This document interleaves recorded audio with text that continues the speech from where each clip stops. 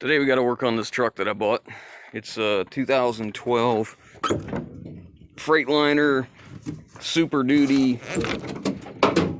It's a real heavy truck, dual steering boxes, 20,000. I think it's a 20,000 pound front axle. I can't remember now. Tag axle and 23,000 a piece, 46,000 pound rears on air ride. The problem is with this truck right now, the alternator is bad and it will not charge. So there's new batteries in it and it's killed the batteries. So we're going to change the alternator out real quick. We're going to swap the batteries out for 4 new ones, and then we're going to get her a good looking over and see if she's roadworthy or we can get her home. This truck uses a 2 serpentine belt system. One drives some of the accessories, the other one drives the others. 2 tensioners, one in front of the other. It takes a long ratchet and then just an extension on the ratchet to get them loose. Alternator's on with 4 bolts, and then the wiring itself. It's not too bad. I'll take the intake piping out of the way just to make it a little bit easier for me to get into there.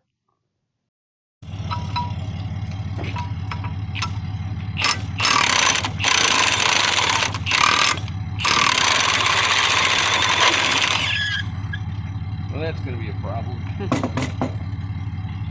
I need this pulley on this one, and it's a lock nut. So after you get so far, you're out of luck. It's keyed. This one's not keyed. This may not work well in our favor.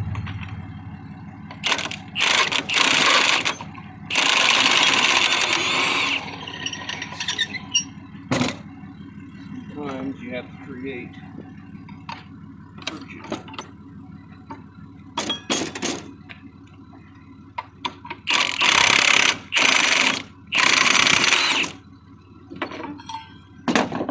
Yeah.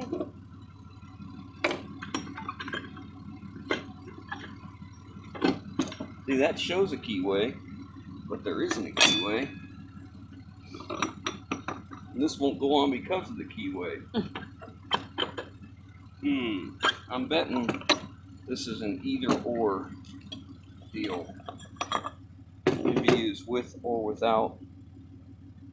What do you think? I don't know.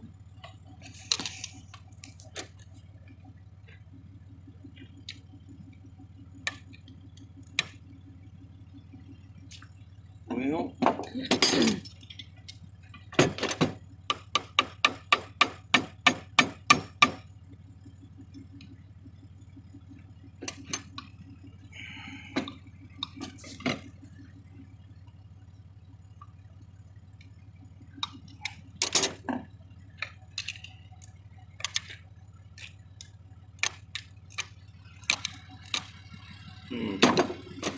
I think I saw the appropriate device in here somewhere.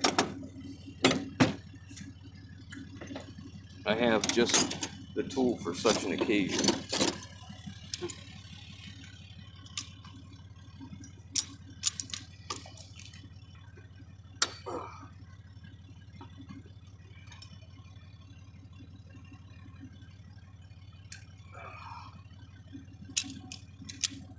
Alright, just to make it clear, you see that this one has a keyway too, so I'm sure they make this as an either or deal.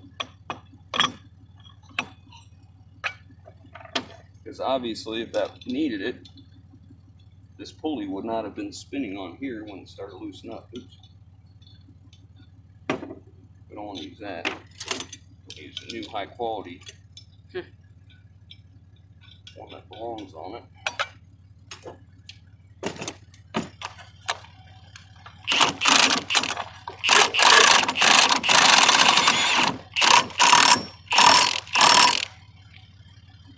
Alright, so I ordered this ahead of time. You can see there's obviously a difference here, but if there was BLP2333GH BLD. Alright, see this alternator here is a Baker Larry David 2333GH. The original one was a Baker Larry Paul 2333GH. So after a quick look on Fleece Neville Prestolite's website, I confirm that this is a direct replacement. It's a 12 volt. It's a self-exciting. It's 185 amps. So it's identical. It's just the body's just a little bit shorter, which creates a couple little issues, but it still works okay. We just have to move the wire to get it routed just right, but it goes in just fine. All right, so I slide this alternator in between the fan shroud and the truck frame. It's a little bit of tight fit, but not bad. I start all the 4 bolts, then I start cranking them down with that flex head snap-on ratchet. That thing's in my travel box. I use it for just this reason, because a lot of times you don't have the right extension or the right whatever, and that can get me out of trouble, a lot of times. So I'm going to start working on the wiring here in a minute, and you might be able to see that some of the wires just aren't quite long enough, being now that the alternator's short. They reach, but it really puts a lot of tension on it. So I end up moving a bracket that the wire harnesses run in to relieve that tension. Also, the one wire that goes to the regulator, on the old alternator, it wouldn't come loose. It would just spin. The nut would just spin. It was stripped inside, and I end up just breaking it off. Well, I don't want to cut it and crimp on another section of wire, because then I'll have to cut the crimp out and then the wire's even shorter. So I end up finding a piece of wire in my travel box, and I found a fork connector. Of course, it was for a 10 gauge wire, and this was only maybe 12 or 14. So I just stripped the wire back, folded it over, shoved it in the 10, and I crimped it real good with vice screws, because that's all I had. But this is a temporary repair. We'll get it fixed correctly once we get home. I'm showing you the wire right there.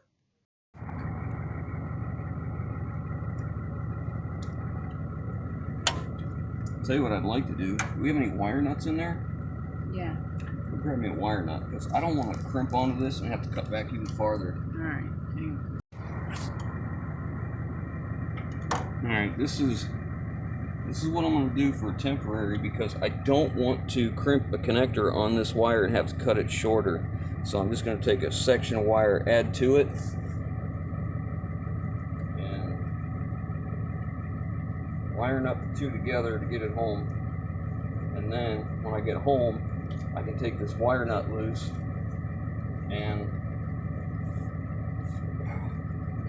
then I can put on a proper ring terminal. This is a number 10 ring.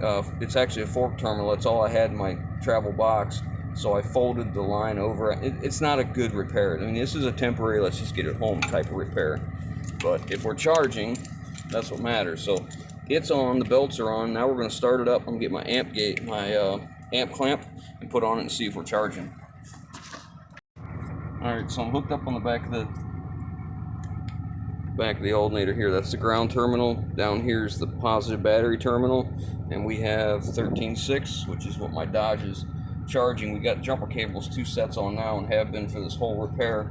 We should have nothing here now. Nothing. Good. Alright, so now we're going to start it up and see what she does. Stay here and yeah, just stand to the side in case anything weird would happen. Okay.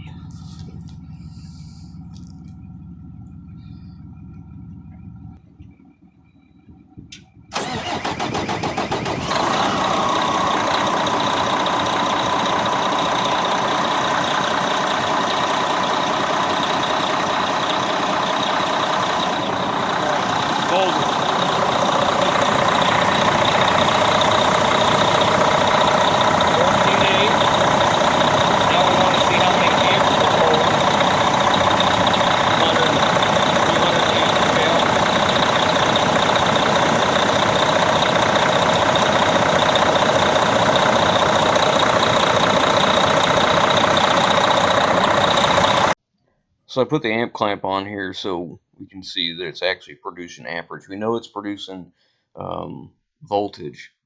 That was apparent by the voltmeter. We did disconnect my Dodge. Like I said, we've been charging batteries. I'm hoping I don't have to replace them.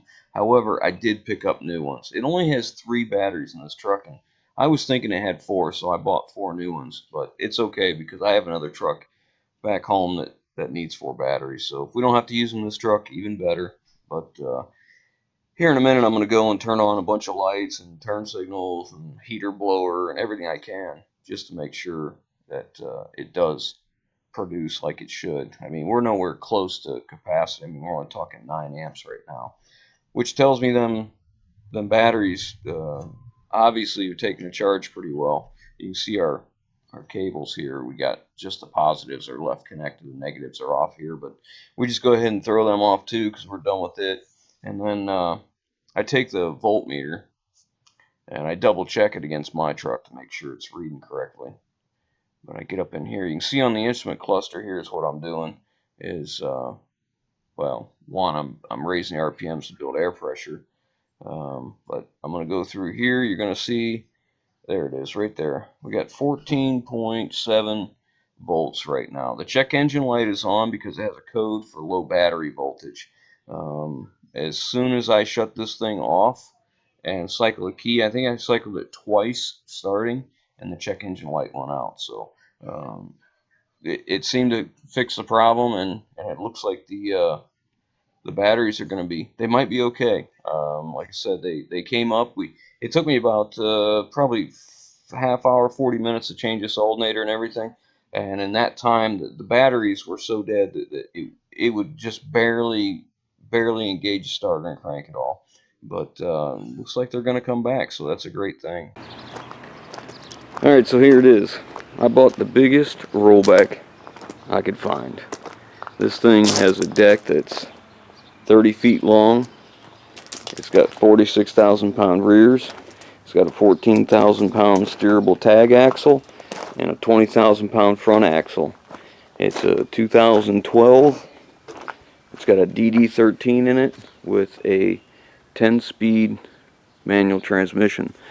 We got to do a little bit of work to it. We blew a hose, and we got a bracket that needs repaired, but it made it home. The alternator did just fine. It's been a while since we got it home, and I've used it to move my Gradall a couple times, and it looks like a child's toy. I'll put a picture of that Gradall on it, sitting on this bed right here.